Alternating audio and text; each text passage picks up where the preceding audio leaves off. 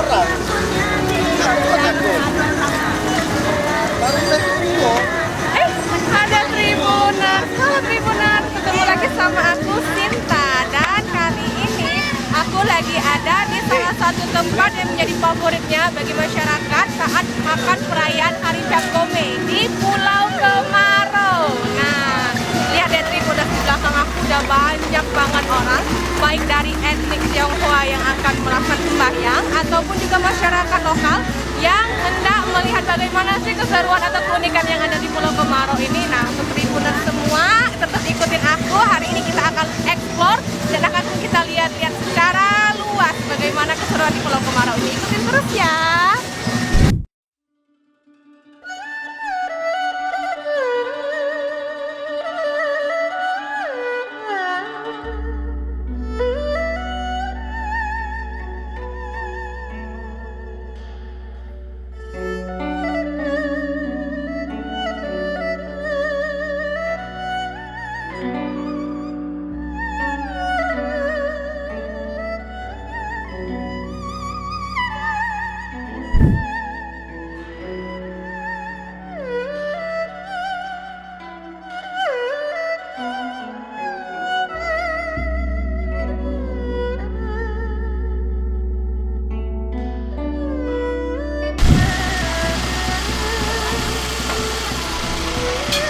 Tribuners, ada yang uniknya, ikutin aku terus.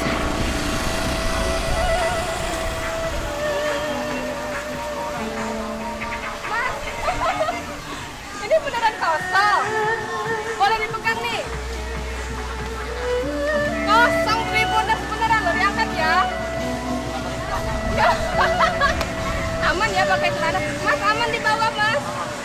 Wih, ini gimana nih? Ambil ilmu di mana nih? Bisa melayang-layang gini nih Mas. Wih, ini vampir Cina ya? Oh, kirain vampir untuk Pulau Kemarau. Ini tahan berapa jam nih Mas kalau duduk kayak gini? Kesemutan nggak? Ya itu yang bikin kesemutan. Kalau gatal gimana? Digaruk. Tapi untungnya pakai celana ya, aman kok Tribuners, ini pakai celana ya. Oke, aman ya, jadi nggak akan seksi di bawah. Mas aman ya, tahan ya.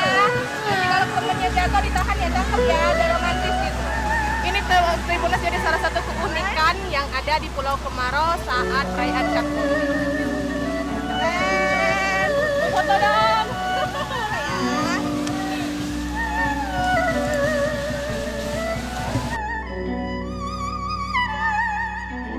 Ya.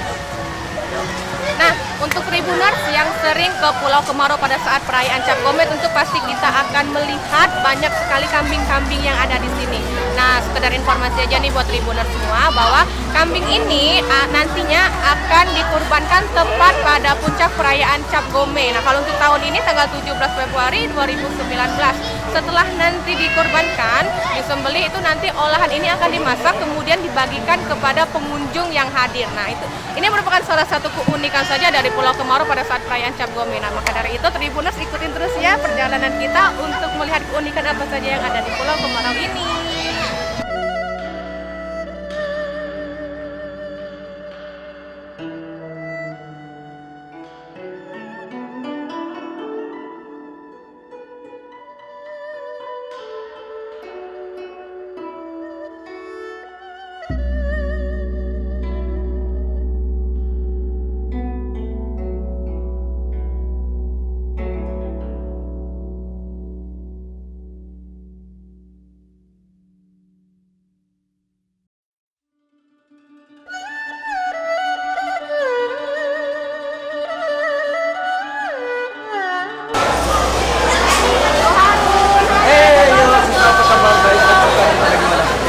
Lagi rame Pulau Kemarau. Bapak berapa lagi sibuk dong? Ya biasalah, namanya tiap hari perayaan juga sendiri besok. Oh, oke. Nah, Tribuners, jadi ini adalah Koharun. Koharun ini adalah sebagai apa kok kalau di sini? Saya sebagai humas dan sekretaris biasa kami Pulau Kemarau. Pulau Kemarau ini. Oke. Oh, ngomong-ngomong soal Pulau Kemarau, kita pengen tahu bagaimana sih sejarah adanya Pulau Kemarau ini sendiri toh? Jadi sejarah Pulau Kemarau sebenarnya udah lama sekali ya. Jadi itu dimulai waktu dulu kita kerajaan Sriwijaya itu terkenal sebagai banyak orang tahu lah bahwa Sriwijaya itu terkenal dengan budayanya, agamanya, banyak orang-orang perantau datang sini untuk berdagang, belajar agama karena dulu ada kerajaan Sriwijaya di sini. Nah, ada salah satu putra Cina itu namanya Tan Kuhan. Dia juga datang ke sini, kemudian berkenalan dengan salah satu anak Raja Palembang, namanya Siti Fatimah.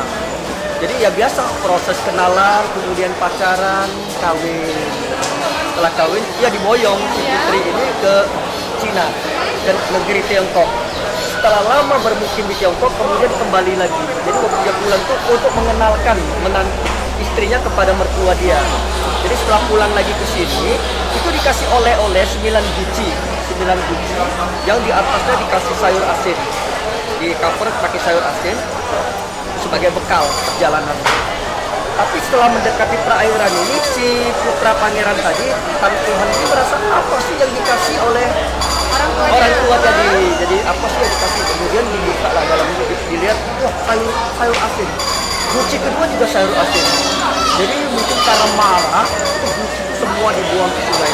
Dibuang ke sungai Musi. Pas guci terakhir, tanpa sadar, itu gucinya pecah. Kemudian dilihat itu bawahnya itu semua ada barang-barang berharga. Jadi si putra Tionghoa ini tadi merasa, wah saya bodoh sekali. Orang tua kasih saya ini berarti cuman kamuflase sebagai bekal perjalanan.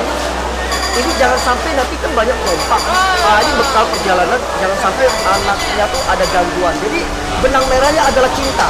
Orang tua cinta kepada anaknya, jangan sampai diganggu perompak, itu di cover.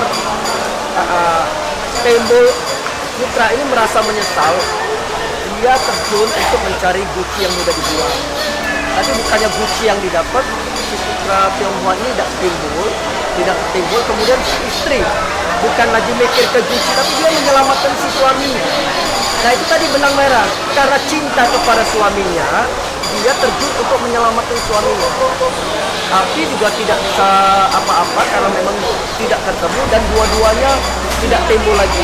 Kemudian para dayang-dayang juga terjun untuk menyelamatkan tuannya. Kembali lagi cinta dayang-dayang kepada tuannya. Pada suatu saat itu nanti tempat itu timbul 2 gundukan tanah sepasang. Yang konon waktu hujan deras, air pasang, tempat itu tetap kering, makanya disebut kemarau. Pulau Kemarau, pulau yang kering. Kemarau kering. Iya, pulau Kemarau, pulau yang kering. Jadi bisa kita lihat, jadi seperti tempat ini seperti kapal. Pada saat air pasang dia ngambang, jadi Jadi kita bisa lihat sampai sekarang pun dia tidak pernah basah, tidak pernah kebanjiran. Nah inilah sejarah Pulau Kemarau sampai sekarang. Sampai sekarang kita bisa lihat prosesnya dulu kan merupakan satu tempat yang kecil, mungkin tempat keramat, kemudian orang datang, taruh kembang, kemudian pulang. Tapi waktu dulu akses ke sini kan pakai sampan, pakai perahu kecil yang mungkin dari Sungai Musi ke sini pakai dayung bisa makan 1 sampai 2 jam. Setelah sampai sini sembahyangnya kan mungkin sebentar, mereka santai aja di sini menunggu sore baru pulang lagi. Nah mungkin proses sejarah itu dicerita ke kawannya untuk tahun berikutnya, ayo kita ke pulau, yuk kita sembahyang, jangan pulang dulu. Nah sampai sekarang kita bisa lihat Pulau Kemarau begitu ramai. Memang tidak bisa dipungkiri kok, pada saat perayaan Cap Gomeh, Pulau Kemarau pasti sangat ramai sekali kan kok, bukan hanya dari etnik Tionghoa saja, bahkan masyarakat umum pun juga menjadikan ini sebagai salah satu tempat wajib untuk dikunjungi. Jadi kita bisa lihat di Pulau Kemarau ini ada satu rumah, satu tempat ibadah, ada 2 kebudayaan yang berbeda. Iya. Satu ada yang dari penganut Tridharma, satu lagi itu dari makam keramat Siti Fatimah. Buyut ya, bukan makam, jadi buyut Siti Fatimah. Jadi ini ada akulturasi budaya antara orang Tionghoa sama orang pribumi, orang Indonesia lah. Iya, jadi kita bisa lihat, makanya jangan heran kalau Palembang, khususnya Sumatera Selatan itu jarang terjadi konflik. Benar. Betul kan? Setuju, Tribuners juga harus setuju ya. Jadi zero konflik di Palembang sebenarnya udah lama sekali. Kita juga tidak pernah terpengaruh dari luar, kita tetap adem. Rukun, toleransi beragamanya sangat luar biasa. Itu. Terakhir kak, kasih ucapan nih kok untuk Cap Gomeh bagi Tribuners. Oke, kepada Tribuners, tahun ini seperti biasa perayaan Cap Gome itu pasti dirayakan oleh orang Tionghoa dimanapun dia berada.